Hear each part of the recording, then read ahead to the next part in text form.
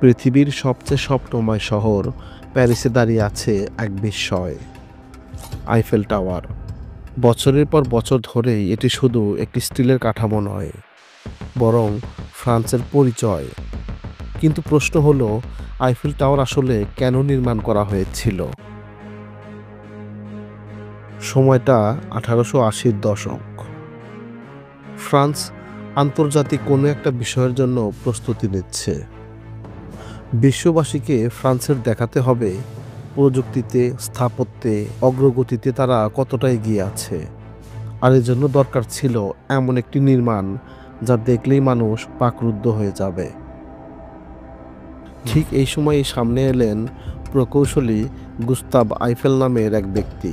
তিনি প্রস্তাব দিলেন একটি বিশাল টাওয়ার নির্মাণের, যার উচ্চতা হবে 300 মিটার, যা তখনকার সময়ে ছিল অকল্পনীয়। কেউ কেউ এই প্রস্তাব দেখে অবাক, আবার কেউ বিরক্ত। কারণ সেই সময় প্যারিসের অনেক শিল্পী ও লেখক মনে করতেন এত বড় লোহার টাওয়ার শহরের সৌন্দর্য নষ্ট করবে। কিন্তু আইফেল বলেছিলেন একদিন মানুষের চোখে এটি হবে প্যারিসের গৌরব। 1887 সালে শুরু হলো নির্মাণ কাজ। 2 বছর প্রচণ্ড পরিশ্রমের পর 1889 সালে তৈরি হলো সেই বিস্ময়কর আইফেল টাওয়ার। প্রথমে এটি ছিল কেবল প্রদর্শনীর একটি কেন্দ্রবিন্দু। প্রদর্শনীতে আসা মানুষ এটিকে দেখে অবাক হয়ে যাচ্ছিল, কারণ এমন উঁচু লোহা কাঠামো পৃথিবীতে আর কোথাও নেই। সেই সময়কালে এত উঁচু টাওয়ার পৃথিবীর অন্য কোনো দেশেই ছিল না, কারণ সেটি ছিল পৃথিবীর তৎকালীন সময়কালের সর্বোচ্চ উঁচু কোনো স্থাপনা। কিন্তু মজার ব্যাপার হলো, আইফেল টাওয়ার স্থায়ীভাবে রাখার পরিকল্পনা প্রথমে ছিল না।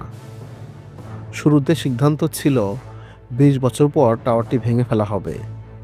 কিন্তু পরে দেখা গেল এই টাওয়ার থেকে রেডিও সিগন্যাল, সামরিক যোগাযোগ, এমনকি বিজ্ঞানের বিভিন্ন পরীক্ষা দারুণভাবে করা যায়। ফরাসি সরকার চিন্তা করল এটি শুধু সৌন্দর্যের প্রতীক নয়, বরং কাজেরও একটি গুরুত্বপূর্ণ মাধ্যম, তাই ভেঙে ফেলা হয়নি। তারপর সময়ের সাথে সাথে আইফেল টাওয়ার হয়ে উঠল প্রেম, স্থাপত্য, উদ্ভাবন সবকিছুরই প্রতীক।